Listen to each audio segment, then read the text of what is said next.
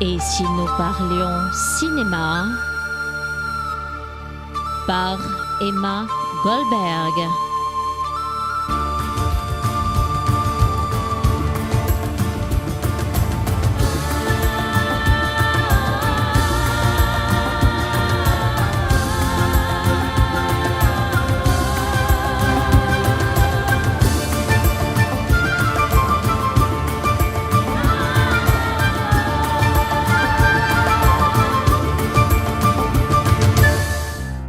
Coucou les amis, déjà la 7e édition de Et si nous parlions cinéma by Emma Goldberg. Je suis vraiment très heureuse de vous retrouver et nous allons parler d'acteurs et de cinéma encore et toujours. Pour commencer, je vais vous raconter le magnifique destin de Jean-Louis Tribe. J'ai eu envie de mettre en avant cet acteur car il a un destin hors du commun. Il est tout d'abord scénariste, réalisateur, acteur, comédien, auteur, metteur en scène, au théâtre, au cinéma et à la télévision. Un homme aux multiples talents et un humaniste au grand cœur. Quelle générosité Jean-Louis Tribe et quel homme passionnant. Pour commencer, il est prof de maths. Et oui, tous les chemins mènent à Rome. Un matin, il a envie d'ailleurs. La force de l'imaginaire est quelque chose d'incroyable, me dit-il au téléphone. Il donne sa démission de prof de maths et il se donne les moyens de faire l'acteur selon son expression. Une nouvelle vie palpitante commence. Jean-Louis Tribe, en 1989, après 15 ans d'enseignement de mathématiques, s'inscrit au cours de théâtre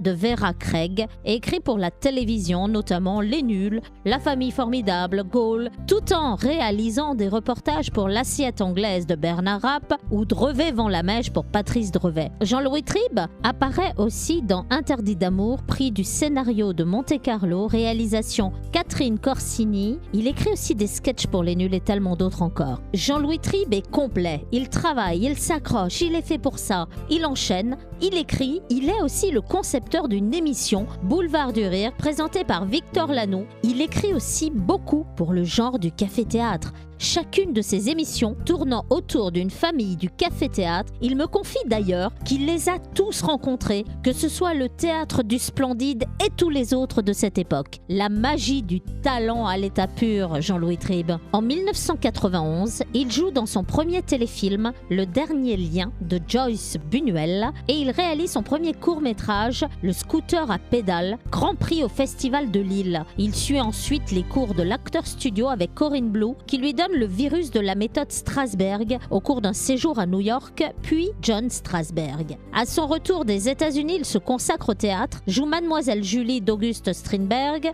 avec Géraldine Danon. Il fonde le Garage, association avec laquelle il organise des stages de théâtre basés sur la méthode Strasberg. En 1993, on le retrouve dans Profil bas de Claude Zidi, aux côtés de Patrick Bruel et le regretté Didier Bezas, qui vient de nous quitter. Et en 1994, il joue en anglais dans The English Wife, prix au Festival de New York, où il rencontre de nombreux acteurs anglo-saxons, dont Harvey Keitel et William Dafoe. Il rencontre beaucoup de belles personnes à cette période qui lui permettent de transformer et de se transformer en profondeur face à lui-même. Il estime, selon ses propres mots, faire enfin un vrai travail d'acteur. Il se révèle à lui-même. Puis, après Les Démons de Jésus de Bernie Monvoisin au cinéma en 1996, il crée une pièce, Un homme est venu me voir, pièce inédite de Marguerite Duras avec Francis Frappa. Ils la montent tous ensemble. Cette pièce a été écrite en 1968, puis elle a été créée le 16 novembre 2000 au théâtre de l'île Saint-Louis, Paul Ray. Dans cette pièce, Marguerite Duras nous incite à changer de vie pour changer le monde en nous aimant, nous comprenant.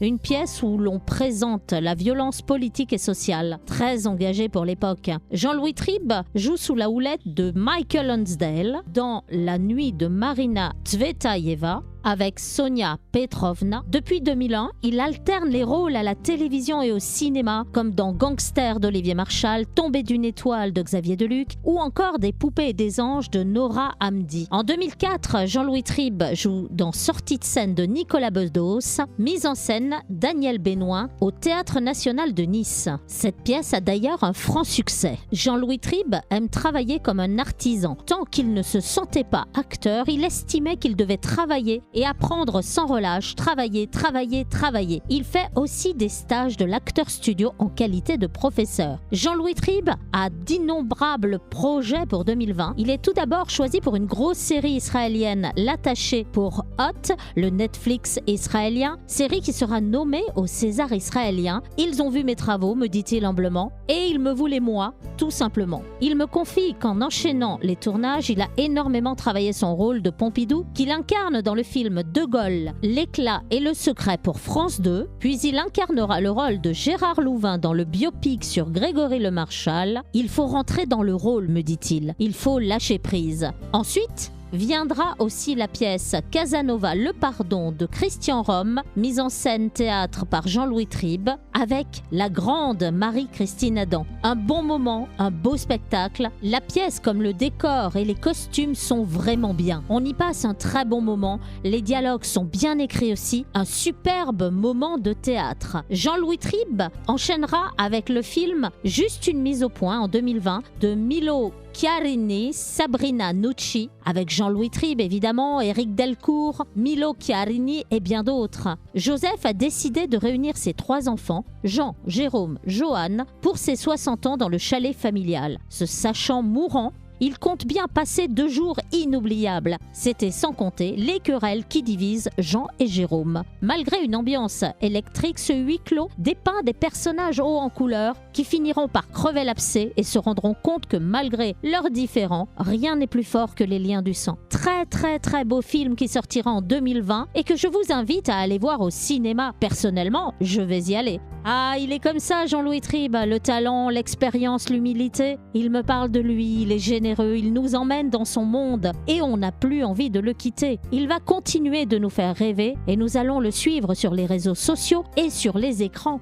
Et si nous parlions cinéma ?